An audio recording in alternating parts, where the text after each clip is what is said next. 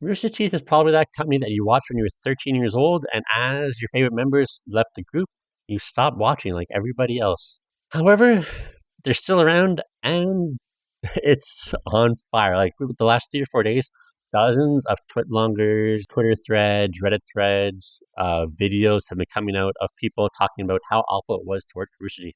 And what set it all off was Matt Bragg. His position was dissolved. If you don't know who that was, he is a community member who got hired like years ago. And he originally was supposed to be like a content creator for them, but it really wasn't working out. So he was put behind the scenes. Then when more and more people left, he was given more on-screen time, and the fans really grew to love him. Where now his videos are the only ones that get over 100,000 views, while everything else on the Achievement Hunter stuff gets like less than 50,000. His position was dissolved, and he would become a part-time employee like everyone else who leaves Rooster Teeth, because no one truly leaves Rooster Teeth. They're all going to be part-time, and they're all going to still show up in content. That kind of varies depending on your time. But that obviously caused like some fans to be upset. However, that also caused people to come out and speak about how awful it is to work for Rooster Teeth. I'm going to break it into 3 categories, like the harassment, a bigoted workplace, the horrible treatment of the workers, how underpaid and overworked they are, and the whole sexual harassment stuff, and why Rooster really left Rooster Teeth, and what happened with Adam Kovic. And you can see all of these tabs. I'm going to go briefly over them. I'm not going to read all of it because it's a lot, but this is like only a tiny fraction of what has come out so far. So what really set off was Kdin came out and said that behind the scenes she was like really bullied, and it wasn't just like friends bullying, it was like straight up just calling her a slur. She was called like the F slur, but they couldn't call her that on camera, so they came up with a nickname, Fugs. So every time she was called Fugs in a video, they were calling her the F slur. And she really talked about the bullying and harassment she faced, and then she talked about how overworked and underpaid she was, how much crunch there was, how they mistreated the LGBTQ. She feels like it was all just like a ploy to look good to the fans, and really wasn't what they wanted to do. They were just doing it to save face. And like all this, how they had like business resource groups, which is essentially like corporate speak of we're going to get these groups together to try to fix issues with like how we treat Black people, how we treat LGBT, all of those kind of things, and like try to help with the representation within the company. And she essentially said those were BS. They really didn't do anything. And that was bad. Then you had people like Jeff. He came out and apologized, saying he should have done better, blah, blah, blah. And then he started like liking really depressing tweets saying how like Jeff should be poor, he should go out of business, he should become broke, he should become homeless, blah, blah. He liked all those tweets. Eventually he ended up just privating his Twitter. And Kdin replied to his apology saying essentially she didn't accept it. He needed to do more as a manager. He should have done more for people's pay and how people were treated and like overworked. And then Gavin came out and apologized for the things he used to say, essentially saying like, oh, I was a guy in like early 2000s. We all kind of said edgy stuff, right? And Kdin didn't say anything about that. And then Michael apologized for saying the same thing pretty much. And Kdin accepted because it seems like Michael really did change. And then this bomb dropped. When everything seemed to be hating on Rooster Teeth, this random account who was created a couple days ago, hasn't ever tweeted anything else or anything, posted this video of Kdin saying some really racist things. And not just like racist jokes, like literally just like racist rants. And it's really hard to excuse what she said as, oh, just back then everybody said this. This was like, it wasn't just like edgy humor, it was like just straight up racism. So of course she came out and did the like copy and paste apology of, oh, I was an edgy teen, sorry. And then another video dropped of another account that was just created a couple days ago of her going on another racist rant. So she made another second apology saying like the first apology wasn't good enough, but then essentially said the same thing of like, I was an edgy teen, and then went through all the steps of what she did throughout her history at Rooster Teeth. It really proves that she's grown and is no longer the super racist.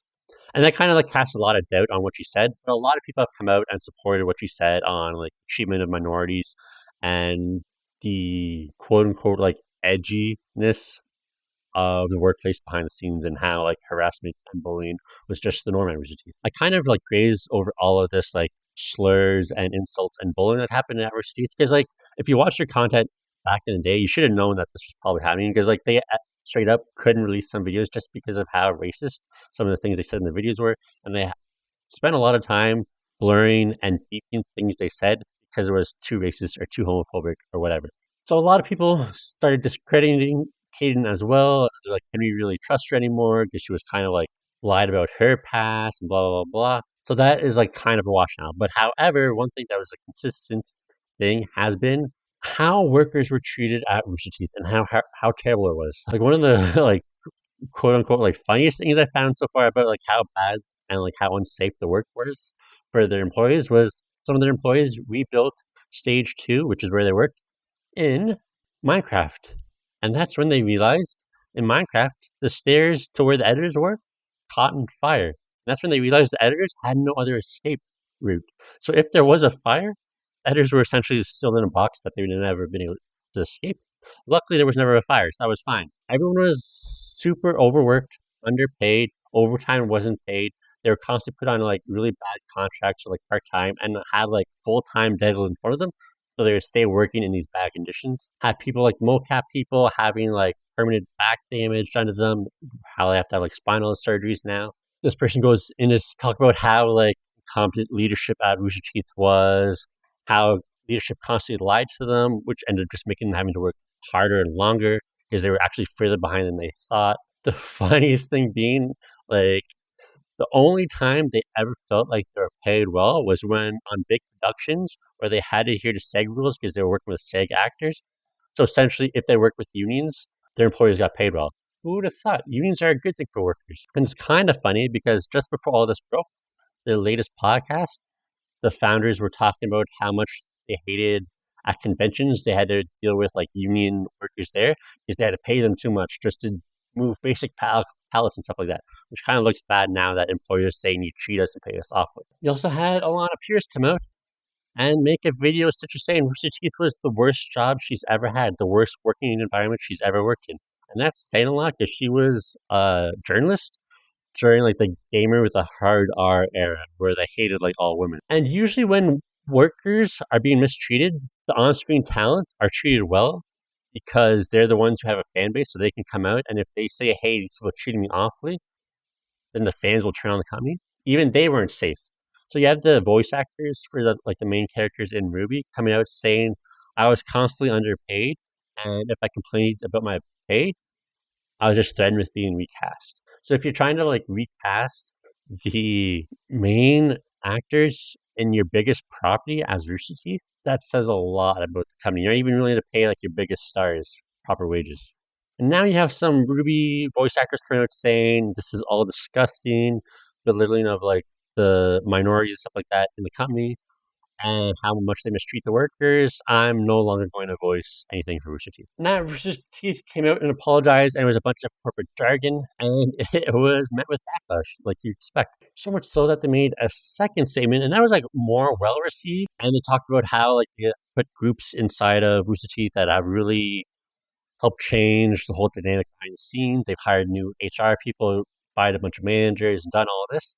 And a bunch of like current employees have come out and said, like, yeah, it has actually gotten a lot better. And since 2020, she is like completely changed behind the scenes. And then this bomb dropped in response.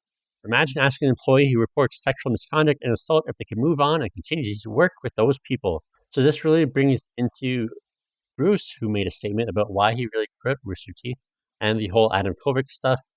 And everyone said at the time that there was more to the Adam Kovic stuff that we didn't know about. Turns out they were true. This was really long, but essentially it goes back to machinima days where this person used to be a contract worker of talent, be like on-screen talent. Adam used to flirt with her, so she would go back to her car with him and they'd hook up. Then she found out that Adam was in a long-term relationship, so she cut that off and stopped talking to him. However, that didn't stop his advances. 2 years later, he was still showing up to like the same events as him because of his work. So at PAX, he showed up to his hotel room begging for attention from her, and then she refused. And then in 2018, she was at E3, and they would go to the after parties, and she'd be at one, then Adam would show up and come near, and so she would leave that party, go to another party, and Adam would show up to that party.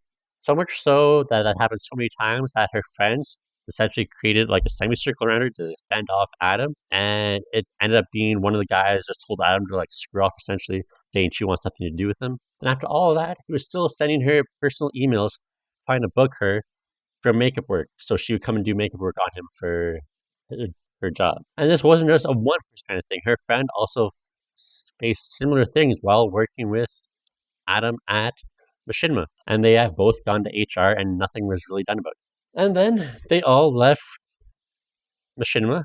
And that's when Adam Kovic and them went to Rooster Teeth and started there. She went to one of her friends who was going to work at Rooster Teeth as well to warn them about Adam. Went to one of the managers at Rooster Teeth to warn them about Adam and the things he's done in his past. And while she was going around warning these people, other people came to her. It's like, yeah, we've heard about his past before. So it wasn't like this unknown thing inside of Rooster Teeth. People knew that Adam didn't know how to draw boundaries with some of the women that he worked with. So when one of the women who actually worked at Rooster Teeth went to one of the managers to tell them to watch out for Adam, like he has a really shady past with women and harassing them and following them around in parties and showing up to the hotel rooms in the middle of the night, even though they've told him to get lost many times, the manager said, essentially, he's a cash cow, he's going to stay, and they're not going to do anything about it. And then 6 months later, that Google Drive dropped like all the pictures of him with the dildos and stuff inside the RT offices where he was finally fired. Now, how does this bring in Bruce? He says, I did not know Adam was reported to HR at Machinima. I started working closely with Adam in 2013 at Machinima and as middle management. I was never privy to these reports. In 2019 at Rooster Teeth, I was alerted to Adam Kovic's incredibly inappropriate behavior. I reported to HR, asked HR to fire Adam, and was laughed off the phone by HR. I then left Rooster Teeth because nothing was done about it, which is what I told them in my exit interview. So you have like some of the biggest members in the company telling HR that Adam is a creep and they don't want to work with him, and they did nothing about it. And the craziest thing is, they told Bruce to take a month off to think about it before he quit, which he did. He took that sabbatical. But it's crazy to think like Bruce would change his mind about the sexual harassment Adam did of multiple women he worked with. That pretty much covers it all. Like that was like a very quick rundown of literally days of like Twit Longer after Twit Longer dropping.